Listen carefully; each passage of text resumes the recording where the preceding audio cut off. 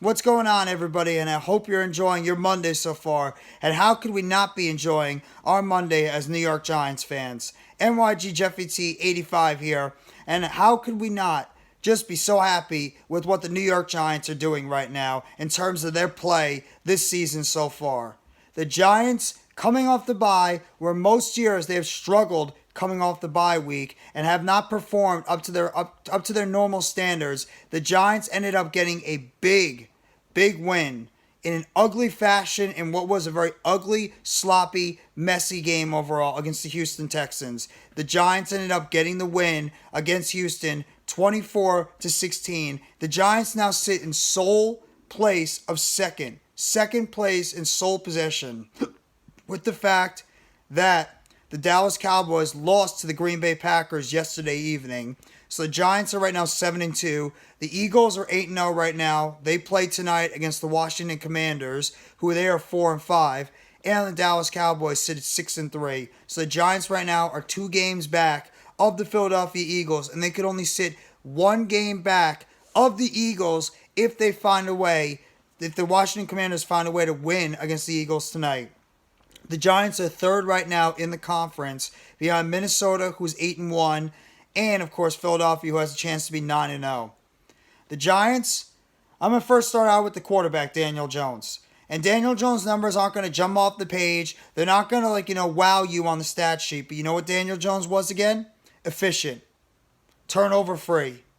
Timely passes. Timely runs. Daniel Jones was the keyword known as efficient. 13 for 17 from the field. 197 yards passing. He had 11.6 yards per pass, 2 touchdowns and no interceptions. He had a QBR of 83, and he had a quarterback rating of a 153.3. So everybody's just going to probably look and say, well, Daniel Jones is just dinking and dunking the ball. He's not passing the football a lot. Once again, he passed under 200 yards. You know what? He didn't turn the football over. When the passes were there, Daniel Jones made it. When the plays were in front of him, Daniel Jones made it. So that's all you got to say about Daniel Jones right now. He's not going out there and he's wowing you with his numbers. He also rushed for 24 yards on 5 carries, for 4.8 yards per carry, with 11 yards being his longest. Daniel Jones once again getting it done with his legs.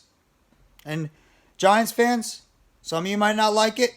Daniel Jones is the quarterback, not just this year. He will be the quarterback next year. Do not be shocked if the Giants work out an extension with him.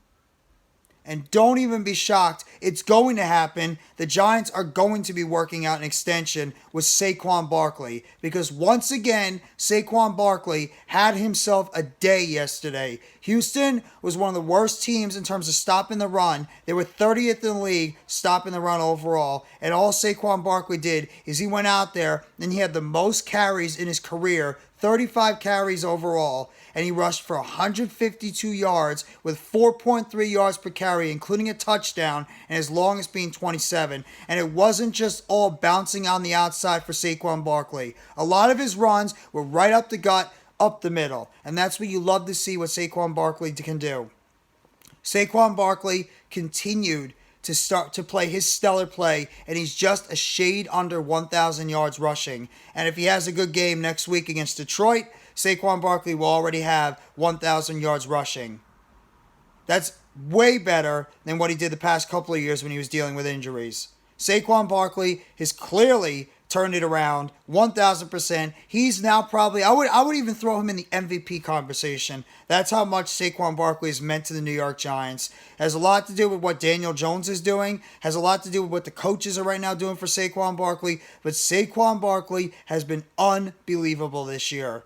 Just a shade under 1,000 yards rushing. Saquon Barkley has been so good for the New York Giants. And kudos to Saquon Barkley overall for the game that he's playing right now for the New York Giants. He also added a catch for 8 yards in the game. He obviously is not getting the total yardage that he was getting early in the season, but you know what? Saquon Barkley is becoming a very efficient rusher overall. Also, the wide receiver position continues to be a position right now in the Giants that's not giving them a whole lot of production. So you know the Odell Beckham Jr. The Odell Beckham Jr. noise is going to start getting louder and louder and louder and louder for the New York Giants in terms of their fans wanting OBJ to come here. But in terms of their wide receiver production, shout out to Darius Slayton. Darius Slayton, once again, continues to play like the number one receiver, and a lot of Giants fans now, especially the ones that really are just have the calm demeanor to themselves, now know or wonder why Darius Slayton was not playing earlier on the season. He had 3 catches for 95 yards with 31.7 yards per catch.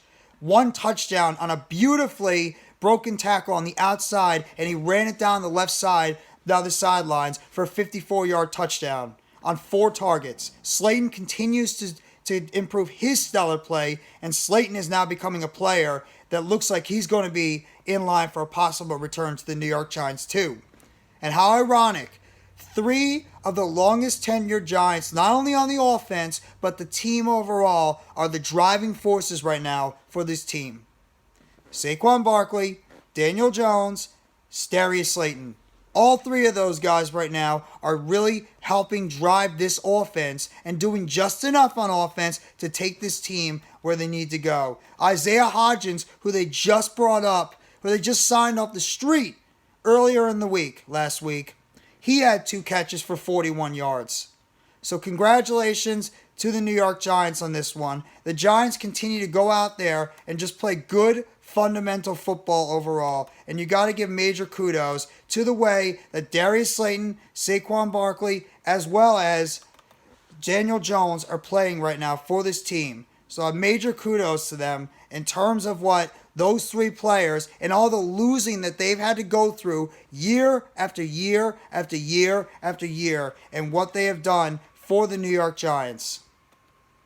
In terms of some of the other players that played really well, how about we go over to the defensive side of the field?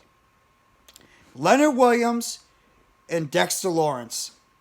While the Giants are struggling a little bit in terms of their outside pass rushing, you know what they're getting right now in terms of the interior pass rushing? They're getting guys that are smothering the quarterback. Smothering.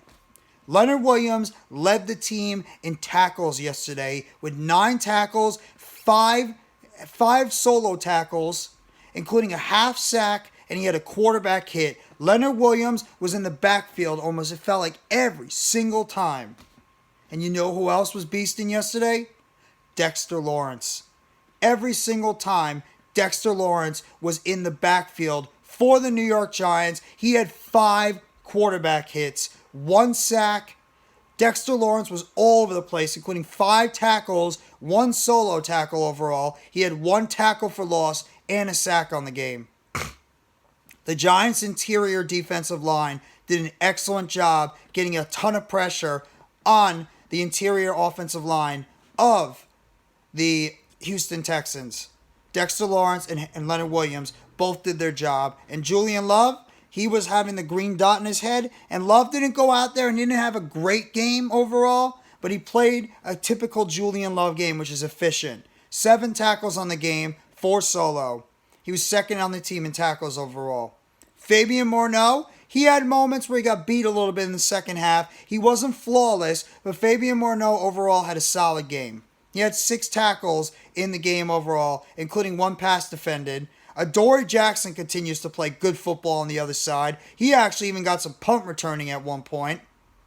He had 6 tackles overall, 4 solo, and 2 pass defenses.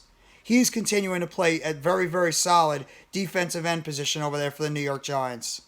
Even Kayvon Thibodeaux, who he really didn't have the strongest game out there in terms of getting to the quarterback a lot, but Thibodeaux still had 4 tackles overall on the game. And shout out to Jason Pinnock, one of the underrated players of the game yesterday that nobody talked about. Jason Pinnock had a solid game for the Giants, taking over as that third safety with the injury to Xavier McKinney. And also shout out to Dane Belton. Dane Belton wasn't great. He had some moments where he got beat, but he did have his first interception in the game. He also had a pass defense. But back to Pinnock, he took over as that third safety for the New York Giants, and all he did was he had 1 tackle for a loss, he had 2 quarterback hits, he had a sack and a half, 1.5 sacks for the Giants, and 3 solo tackles. Shout out to Jason Pinnock. He did a hell of a job yesterday filling in as that third safety. Now, in terms of some of the things that weren't as good, because it wasn't a flawless game.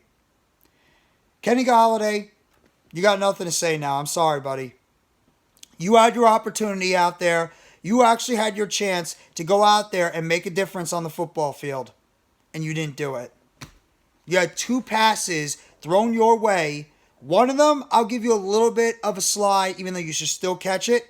It was a little bit far in front of you, but the second pass was right in your breadbasket, and you dropped it. No more excuses for Kenny Golladay. Maybe the dude just doesn't have it anymore. I'm sorry. And right after that play, he got benched. Brian Daboll decided to bench their $72 million wide receiver they signed last year because he just wasn't getting the job done, and that's why Isaiah Hodgins got more playing time, and he actually played a little bit more of a role for the New York Giants. Even Wan'Dale Robinson, who hasn't had a big-time game, still made a couple of nice catches over the middle. He had 2 catches for 22 yards, 11 being his longest, with 2 targets on the game. But Golladay, you got no more talking and no more excuses. I'm sorry. And then you have to hear after the game, he's just going to take everything in stride. He's going to work really hard. I don't know what to say. I'm just going to continue to work harder. I don't want to hear it from Golladay. You want to make a difference and help this football team? Make some plays. It's not about effort, I believe, with Golladay. I'll have to look at more game tape, but you got to do a better job. The offensive line was solid overall. Andrew Thomas, once again, continues to play like one of the best left tackles in football, if not the best left tackle in football. Did not give up a pressure again. The dude has been an unstoppable brick wall at left tackle. I think Joshua Ezeudu is getting better at left guard. He had a couple of nice pulls from the left guard position to help spring Saquon Barkley, as well as Matt Breida when he came in for a little bit to spell Barkley. Ezeudu's getting a little better. His pass protection is still a little bit rocky at times, but I think Ezeudu, the more he gets more adjusted to the NFL, he's going to get better. I thought Tyree Phillips was on and off. He had some moments where he was okay, and he had some moments where he was not good. He gave up 2 pressures in the game, including 1 sack. Feliciano, he was better in this game. Not great. Still inconsistent at times, but I would say he's a little bit better than what he has been. Glowinski, I thought, has didn't have a good game at all. I thought he got beaten a good amount of times on the inside, especially when the Texans put Jerry Hughes on that right side. And like I said, Ezeudu, he was solid. I would even go as far in one way and say Ezeudu could have been the second best offensive lineman for the Giants yesterday, behind Andrew Thomas. But the offensive line could be a little bit better. But you got to give these guys time because they're playing with 2 backups right now on the offensive line overall. And it's great to see Nick Gates get some time out there with the offensive line. His snaps went up 13 to 13 overall in terms of his overall. His snaps went up to 13 overall because of the way he's starting to get his snap count to go up. So I love seeing that for Nick Gates. He's starting to get a little bit more snaps going forward. In terms of the outside pass rush too. I think the pass rush outside, I'll give them a little bit of a break to me yesterday because they're going against 2 solid tackles. Laramie Tunsil, when he's healthy, is a very good left tackle, and Tyus Howard is not bad at right tackle. But the Giants need to get some more outside pass rush from Kayvon Thibodeau, Azeez Ojulari when he comes back, Ellison Smith, who's been an invisible ghost so far. The Giants need to get more production from those guys on the outside. So hopefully the Giants can be able to do that as the season goes on. And obviously they'll get Azeez Ojulari back in the next week. Now before I close this video out, there's just some breaking news that happened just as I started recording this. The Giants have made a couple of roster moves in the meantime during the beginning of this week. The Giants have officially signed defensive tackle Henry Mondeaux, who came up from the practice squad a few times yesterday, including yesterday, who actually had some nice plays out there. He's been officially signed off the practice squad today, and at the same time, the New York Giants have activated cornerback Rodarius Williams, who's been out since the middle of last year with a torn ACL. So Rodarius Williams is active now, and he will be thrown in that cornerback rotation for the New York Giants. In those corresponding moves for the Giants, they have released offensive tackle Devery Hamilton, as well as defensive back Justin Layne. They are now been released from the New York Giants. They have also terminated the contract of offensive lineman Will Holden. So the Giants obviously made these moves in terms of Justin Layne because they're starting to get some secondary players back. Obviously with Rodarius Williams coming back.